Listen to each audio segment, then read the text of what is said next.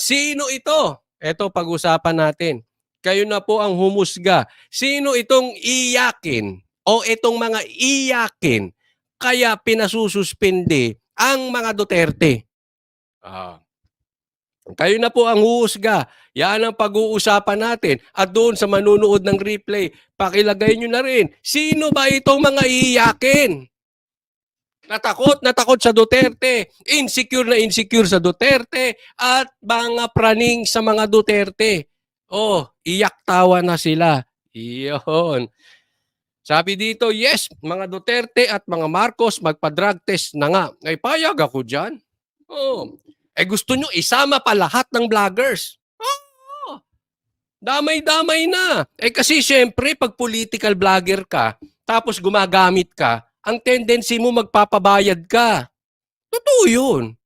Kasi pag may bisyo ka, mahilig ka mag-adok-adok, mahilig ka magpulburon, mauubos ang kaban kahit na anong kitain mo sa YouTube. Kulang pa, kaya ang gagawin mo, magpapabayad ka. Ako, agree ako doon. Kayo ba agree? Lahat ng political vloggers, magpa-drug test?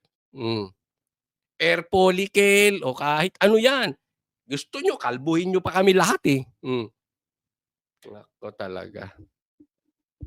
Mahirap may mga gumagamit kasi, delikado. Tingnan nyo na lang po muna ang magiging resulta nito. Kasi meron na naman po kaming natanggap na galing sa isang reliable source at isang boses na naman ng isang tao na nagre-recruit ng mga vloggers. Kasi yung vloggers before na recruited, hindi epektibo. Bumaba sa survey, sub-sub sa survey, at hindi lang sub-sub sa survey.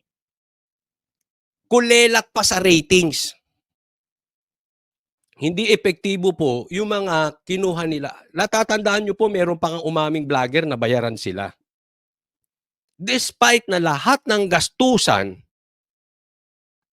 sub-sub, kulelat sa trust rating. Kulelat! Kaya po, meron na naman pong recruitment na panibagong vloggers. So expect, coming from different vloggers na they will attack the DDS vloggers again. Out of the blue, biglang ipagtatanggol ang mga vloggers sa kabilang baryo, sa kabilang barbershop. Babanatan ang mga DDS vloggers. Biglang ipagtatanggol yung mga politiko out of the blue. Kasi bagong recruit to. Bigla nilang ganyan po ang galawan ngayon. They know how important vloggers are. Kaya po mag-iingat po tayo sa mga vloggers na paganong-ganon. Bakit? Ano yan kalabit penge yung mga yan. Naiintindihan? Kalabit penge po yung mga yan. Kaya identified namin kung sino-sino to. Ang masama dito, yung iba doon, kaibigan ko pa. Anong nangyari?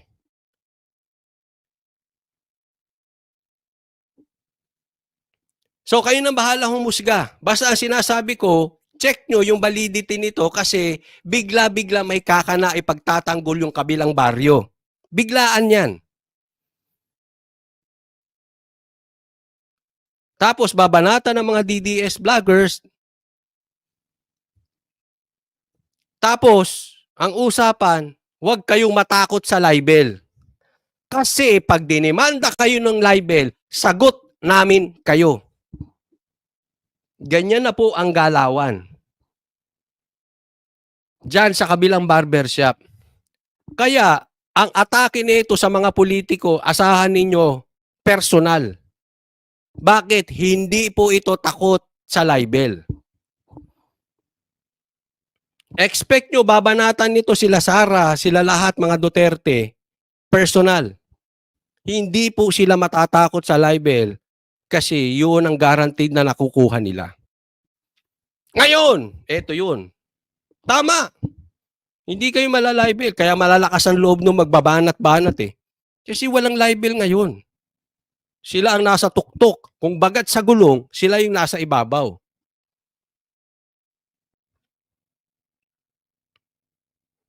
Pero, tandaan ninyo, hanggang kailan?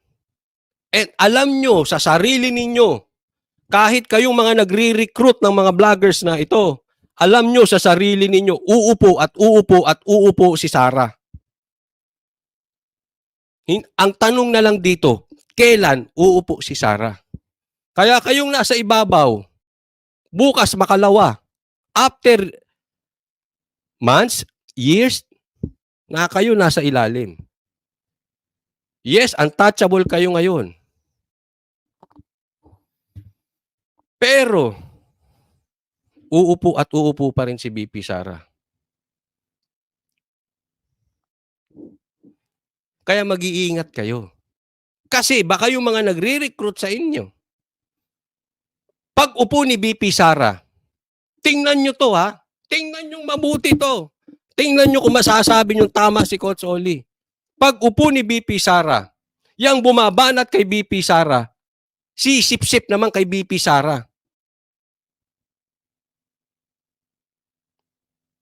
Ipagtatanggol naman si VP Sara.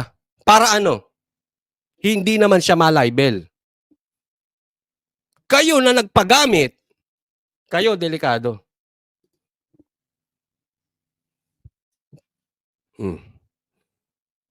Kasi nagpe-flex sila ngayon.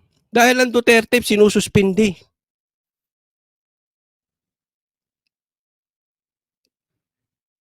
So pinapakita na malakas sila ngayon. But until when? Kahit yung mga kingdom na malalaki bumagsak dahil sa pang-aabuso, relax lang kayo. Everybody knows, sooner or later, Sara will sit as president. Even sila, they know it. Sige, magpagamit kayo sa halagang 20,000. How? Ay, nako.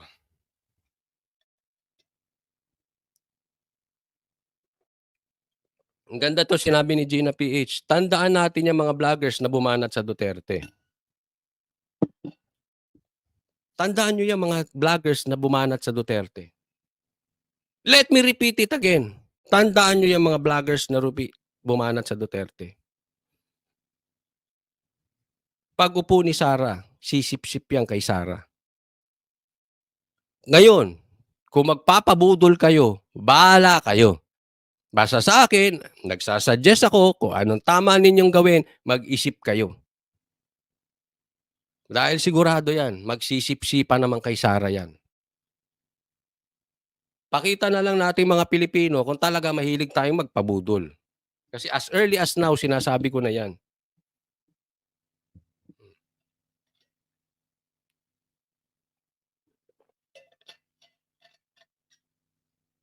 Wala tayong pinapangalanan, pero pagka nagalit sila, di sa pool. Ba? Ano lang yan eh. Bakit? Guilty?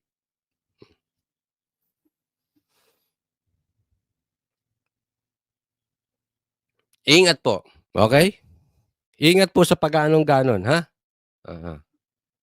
At i-confirm ninyo, basta huwag kayong maniniwala kay Coach Oli, i-confirm ninyo kasi it's coming. Tatandaan niyo simula ng buwan. Okay? June eh. Simula ng buwan. Hindi na recruit yung dati. Hindi na reinstate, ika nga. Hindi na renew. Bakit? Hindi epektibo eh. So, kukuha ng bago. Yaan ang problema sa hindi organic. Yaan ang problema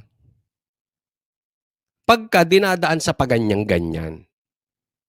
Tingnan nyo, sa Duterte walang ganyang bayaran. Wala po. Kahit yung pamasahe namin papunta roon sa Davao, kami bumili. Kaya nga nagkaiba-iba nga kami. Kanya-kanyang bilihan, nag-aantay eh. Oh, kaiba-iba kami ng flight. Si Jay Guevara naiwan. Kanya-kanyang bili. Kanya-kanyang bayad ng hotel. Wala kasing ano. Bakit? Organic eh. Pag ang politiko mahal ng tao, hindi mo kailangan ng bayad-bayad. At saka nag-i-stay sa kanila. Hindi yung pagpalit sa administrasyon, andoon kasama nila.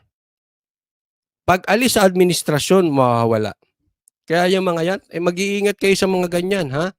Kayo mga politiko, mag-iingat kayo sa ganyan. Kasi the fact na tumatanggap yung mga yan, pag alis nyo sa posisyon, kakampi nyo yan ngayon. Pag alis nyo sa posisyon, kalaban nyo yan. Panandali ang aliw yan. Kung bagat kumuha ka lang ng prostitute dyan, panandali ang aliw. Isang gabi, ganun lang yon. Pag wala ka na sa posisyon,